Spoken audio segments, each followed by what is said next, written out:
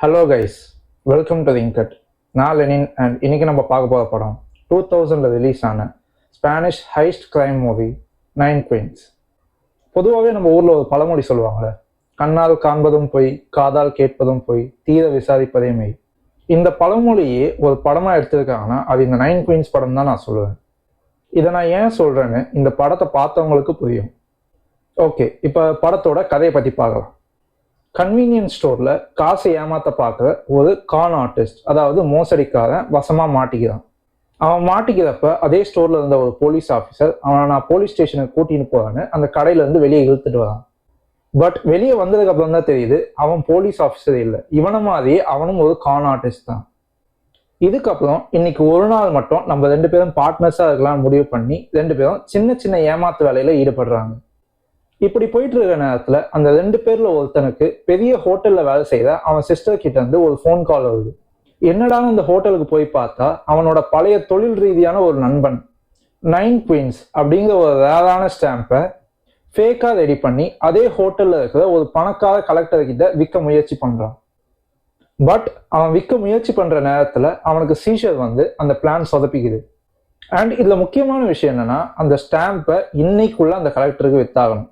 ஏன்னா நாளைக்கு அவன் இந்த கண்ட்ரிலேயே இருக்க மாட்டான். இப்படி இருக்கிற நேரத்துல தான் அந்த பழைய ஃப்ரெண்ட் இவங்கிட்ட ஹெல்ப் கேட்கறான். அண்ட் கடைசியில அந்த ஸ்டாம்பை ஏமாத்தி வித்தாங்களா இல்லையா, இதுக்கு நடுவில் அவங்க என்னெல்லாம் பிரச்சனை ஃபேஸ் பண்றாங்க, அதை எப்படிலாம் ஓவர் கம் பண்றாங்க, இதுதான் இந்த படத்தோட கதை அப்படின்னு சொல்லுவேன். நினைச்சீங்களா? நானும் பார்க்கும்போது அப்படிதான் நினைச்சேன். பட் கடைசியில ட்விஸ்ட் வரும்போது தான் தெரியுது படத்தோட கதையே வேறன்னு. அது என்னன்னு நீங்களே பார்த்து தெரிஞ்சுக்கோங்க. இந்த படத்துக்கு கண்டிப்பா ஒரு பிக் அப்ளாஸ் கொடுத்தே ஆகணும் மக்களே. ஏன்னா படம் ஸ்டார்டிங்ல இருந்து எண்டு வரைக்கும் தரமா பண்ணியிருக்காங்க. எஸ்பெஷலி இதுல மார்க்கோ கேரக்டர் பண்ணியிருக்க ரிகார்டோ டாரின், அவருக்கு ஒரு ஸ்பெஷல் மென்ஷனிங் கொடுத்தே ஆகணும். ஆல்ரெடி இவரோட ரெண்டு படங்கள் the secret in the eyes and the Relatos Salvajes பார்த்துருக்கேன்.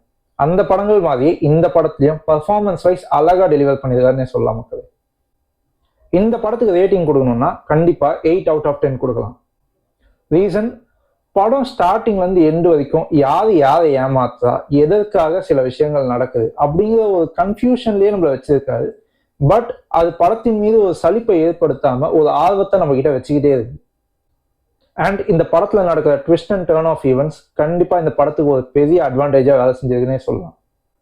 இந்த படத்தோட டியூரேஷன் 1 hour 55 minutes அண்ட் இந்த படம் அமேசான் OTT பிரைம்ல அவைலபிளா இருக்கு. நீங்க இன்னும் இந்த படத்தை பார்க்கலன்னா கண்டிப்பா டைம் கிடைக்கும் போது மிஸ் பண்ணாம போய் பாருங்க.